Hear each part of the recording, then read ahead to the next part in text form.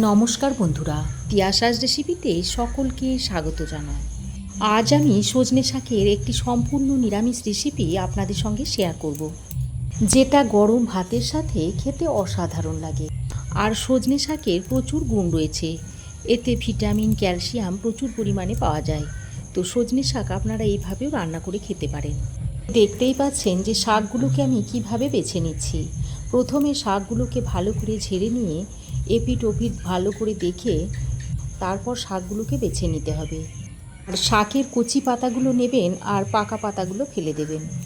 বন্ধুরা, একটু খেয়াল করে দেখুন যে সজনের শাকগুলো আমি কিভাবে বেছে নিচ্ছি।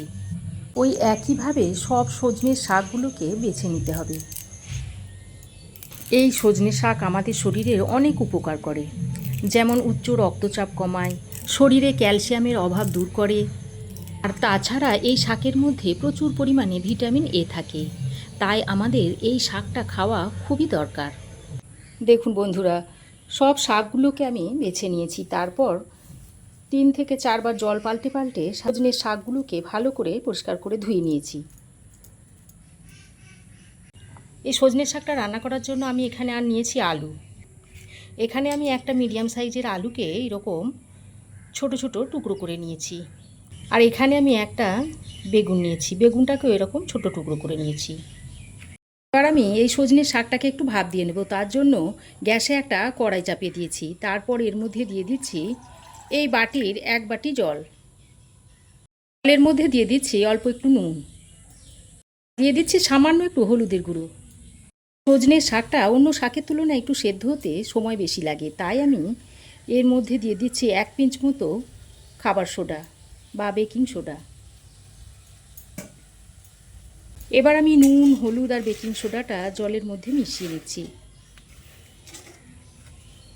খুব ভালোভাবে মিশিয়ে নেওয়া হয়ে গেলে এবার আমি এর মধ্যে শাকটাকে দিয়ে দিচ্ছি।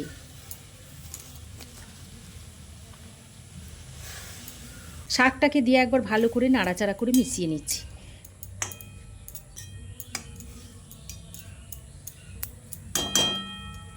তারপর একটা ঢাকনা লাগিয়ে 5 মিনিট মতো ভাপে বসিয়ে রাখছি।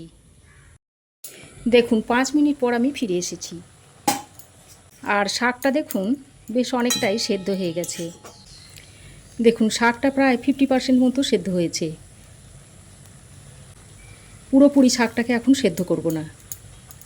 আর শাকের মধ্যে দেখুন যে অল্প পরিমাণে জল আছে, সেই জলটাকে আমি একবার এইভাবে নেড়ে চেড়ে শুকিয়ে নেব।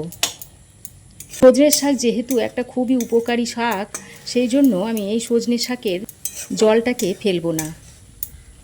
জলটা সমেত আমি সজনের শাকটাকে নিয়ে নেব। এটা তো ঘরের শাক, তাই এতে কোনো রকমের কীটনাশক দেওয়া নেই। জলটা না ফেললেও অসুবিধা হবে না। দেখুন বন্ধুরা, সজনে শাকের জলটাকে আমি পুরোপুরি শুকিয়ে নিয়েছি। এবার এটাকে একটা পাত্রে ঢেলে নেব। সজনে শাকটা ঢেলে নিয়ে কড়াইটা পরিষ্কার করে আবারও আমি কড়াইটাকে গ্যাসে বসিয়ে দিয়েছি। এবার কড়াই গরম করে দিয়ে দিচ্ছি 2 চামচ মতো সর্ষের তেল। রান্নাটা আমি সর্ষের তেলেই করব। এখানে আমি 1 মুঠো মতো ডালের বড়ি নিয়েছি, আর এই ছোট ডালের বড়িটা আমি নিয়েছি। আপনারা চাইলে বড় বড়ি দিয়েও করতে পারেন। এবার তেলটাকে বেশ ভালো করে গরম করে নিয়ে গ্যাসের ফ্লেমটাকে হাইতে করে বড়িগুলোকে ভেজে নিতে হবে। লো ফ্লেমে বড়িগুলো কিন্তু ভাজা যাবে না। লো ফ্লেমে বড়ি ভাজলে বড়িতে খুব বেশি তেলটা টেনে নেয়, আর বড়িটা ভাজতেও কিন্তু সময় লেগে যায়। বেশ কিছুক্ষণ সময় ধরে হাই ফ্লেমে বড়িগুলোকে আমি দেখুন এরকম লালচে করে ভেজে নিয়েছি। এখন একটা বাটির মধ্যে তুলে রেখে দিচ্ছি।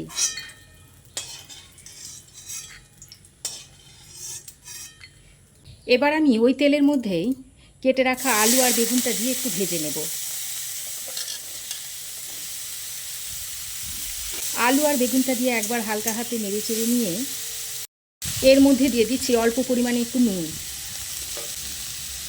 আর অল্প একটু হলুদের গুঁড়ো দিয়ে দিচ্ছি। তারপর নুন আর হলুদের গুঁড়োটা দিয়ে আলু ও বেগুনের সঙ্গে ভালো করে নেড়ে চেড়ে মিশিয়ে নিয়ে একটু লালচে করে ভেজে নিতে হবে। এবার আমি গ্যাসের ফ্লেমটাকে লো টু মিডিয়ামে রেখে একটা ঢাকনা লাগিয়ে আলু আর বেগুনটাকে ভালো করে ভেজে নিচ্ছি। বন্ধুরা, বেশ খানিকক্ষণ সময় ধরে ঢাকা দিয়ে দিয়ে আমি আলু আর বেগুনটাকে দেখুন লালচে করে ভেজে নিয়েছি। এবার আমি আলু আর বেগুনটাকে তুলে নিচ্ছি।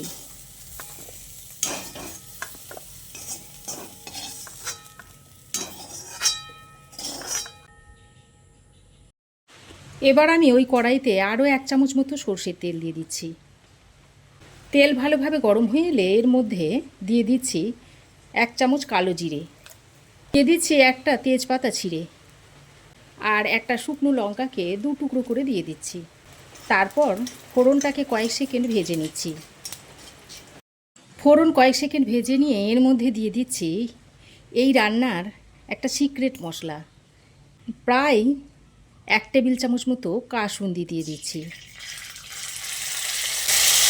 বন্ধুরা, এইভাবে কাসুন্দি দিয়ে একবার শাকটা রান্না করে খেয়ে দেখবেন, খেতে দারুণ লাগে।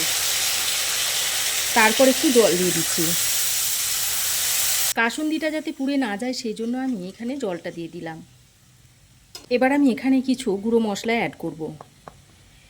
দিয়ে দেব অল্প একটু হলুদের গুঁড়ো, 1 চামচের থেকে একটু কম দিয়ে দিচ্ছি জিরে গুঁড়ো। যতটা জিরে গুঁড়ো দিয়েছি ঠিক ততটাই দিয়ে দিলাম ধনে গুঁড়ো। এখানে আমি আর গুঁড়ো লঙ্কা দিচ্ছি না, আমি শুকনো লঙ্কা দিয়ে যেহেতু ফোড়নটা দিয়েছি তাই এখানে আর গুঁড়ো মশলাটা দিচ্ছি না, তাহলে খুব বেশি ঝাল হয়ে যাবে। চচ্চড়িতে যতটুকু ঝালের দরকার এই শুকনো লঙ্কার ফোড়নের ঝালেই কিন্তু ঝালটা হয়ে যাবে। মশলাগুলো দিয়ে বেশ কিছুক্ষণ সময় ধরে মশলাটাকে কষিয়ে নিয়েছি। এবার আমি এর মধ্যে ভেজে রাখা বেগুন আর আলুটা দিয়ে দিচ্ছি।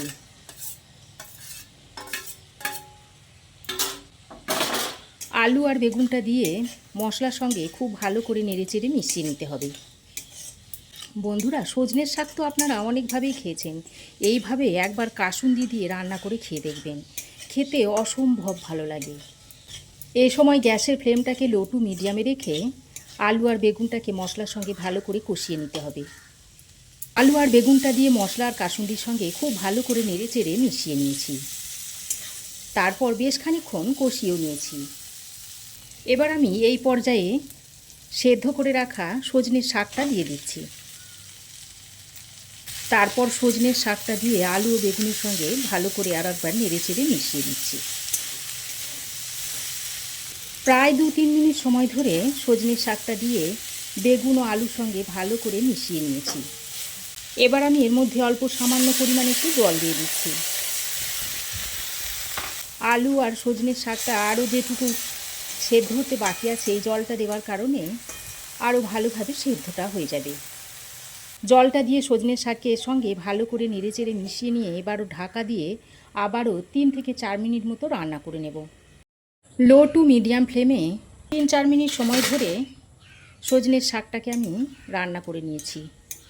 আর দেখুন, আলু, শাক, বেগুন সব কিছুই ভালোভাবে সেদ্ধ হয়ে গেছে। এই শাকটা একটু মাখো মাখো হলে খেতে বেশ ভালো লাগে, তাই আমি দেখুন এরকম একটা ম্যাশার নিয়েছি। এবার এই ম্যাশারের সাহায্যে আমি একটু এইভাবে ম্যাশ করে নিচ্ছি, তাহলে রেসিপিটা খেতে খুবই ভালো হবে। তবে যারা একটু গোটা গোটা খেতে চান তারা এইভাবে গোটা গোটায় রেখে দেবেন, ম্যাশ করার দরকার নেই। দেখুন বন্ধুরা, এইভাবে আমি একটু ম্যাশ করে নিয়েছি। এবার আমি অল্প সামান্য পরিমাণে একটু চিনি দিচ্ছি। সজনের শাক যেহেতু একটু তেতকুটে হয় তাই এইভাবে চিনি দিলে স্বাদের ব্যালেন্সটা বেশ ভালোভাবে আসে। এবার চিনিটা দিয়ে আবারও সজনের শাকের সঙ্গে ভালো করে নেড়েচেড়ে মিশিয়ে নিচ্ছি। তারপর আরও 1 মিনিট মতো ঢাকা দিয়ে রেখে দিচ্ছি, এতে করে চিনিটা শাকের সঙ্গে ভালোভাবে মিশে যাবে। দেখুন 1 মিনিট পর আমি ঢাকাটা খুলে নিয়েছি। এবার আমি এখানে 1 চামচ মতো কাঁচা পোস্ত এইভাবে দিয়ে দিচ্ছি। তারপর শাকের সঙ্গে ভালোভাবে নেড়েচেড়ে মিশিয়ে নিচ্ছি। যে কোনো শাক রান্নার শেষের দিকে যদি এইভাবে একটু পোস্ত ছড়িয়ে নেড়েচেড়ে মিশিয়ে নেন তাহলে খেতে দুর্দান্ত হয়। দেখুন পোস্তটা দিয়ে ভালো করে নেড়েচেড়ে মিশিয়ে নিয়েছি। এরপর আমি যে বড়িগুলো ভেজে তুলে রেখেছিলাম সেগুলো এর মধ্যে দিয়ে দিচ্ছি। যদি বড় বড়ি হয় তাহলে আপনারা একটু হাতের সাহায্যে ভেঙে দিয়ে দেবেন। আমি যেহেতু ছোট বড়ি দিয়েছি তাই ভাঙার কোনো দরকার নেই। বড়িটা দিয়ে শাকের সঙ্গে আরও একবার ভালো করে নেড়ে চেড়ে মিশিয়ে নিচ্ছি। তারপর গ্যাসের ফ্লেমটাকে একটু হাইতে করে আরও কিছুক্ষণ ভালো করে নেড়ে চেড়ে একটু রান্না করে নিতে হবে। এবার গ্যাসের ফ্লেমটাকে বন্ধ করে সজনের শাকটাকে আমি একটা পাত্রে তুলে নিচ্ছি। বন্ধুরা, এইভাবে একবার আপনারাও বাড়িতে ট্রাই করে দেখতে পারেন।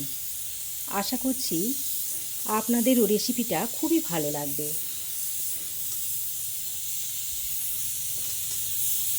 তো দেখুন, সজনের শাকটা আমি একটা বাটির মধ্যে ঢেলে নিয়েছি, আর এটা এখন আমি গরম গরম ভাতের সঙ্গে সার্ভ করে দেব।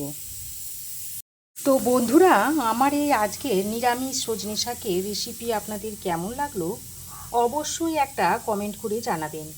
ভালো লাগলে একটা লাইক ও শেয়ার করবেন। পাশে থাকা বেল আইকনটাও অবশ্যই প্রেস করবেন। আর আমার চ্যানেলে নতুন বন্ধু হয়ে থাকলে প্লিজ চ্যানেলটা সাবস্ক্রাইব করার অনুরোধ রইল। আজ এ পর্যন্তই। আবার দেখা হবে নতুন কোনো রেসিপি নিয়ে নেক্সট এপিসোডে। সে পর্যন্ত ভালো থাকবেন, সুস্থ থাকবেন। ধন্যবাদ।